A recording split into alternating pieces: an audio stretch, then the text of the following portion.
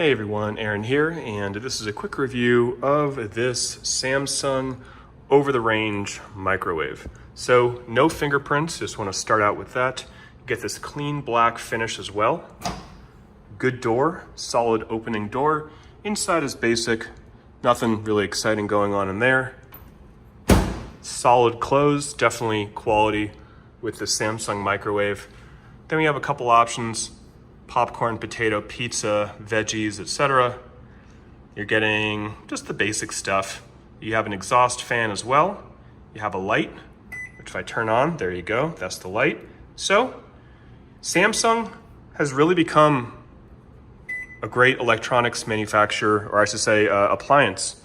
And this is just an example of that. Really starting from right when you grab it, you get this beautiful brushed stainless. You open it and it has this really good click to it and this really solid close as well. So we've had this for a while, used it hundreds if not thousands of times, and no issues. We absolutely love it.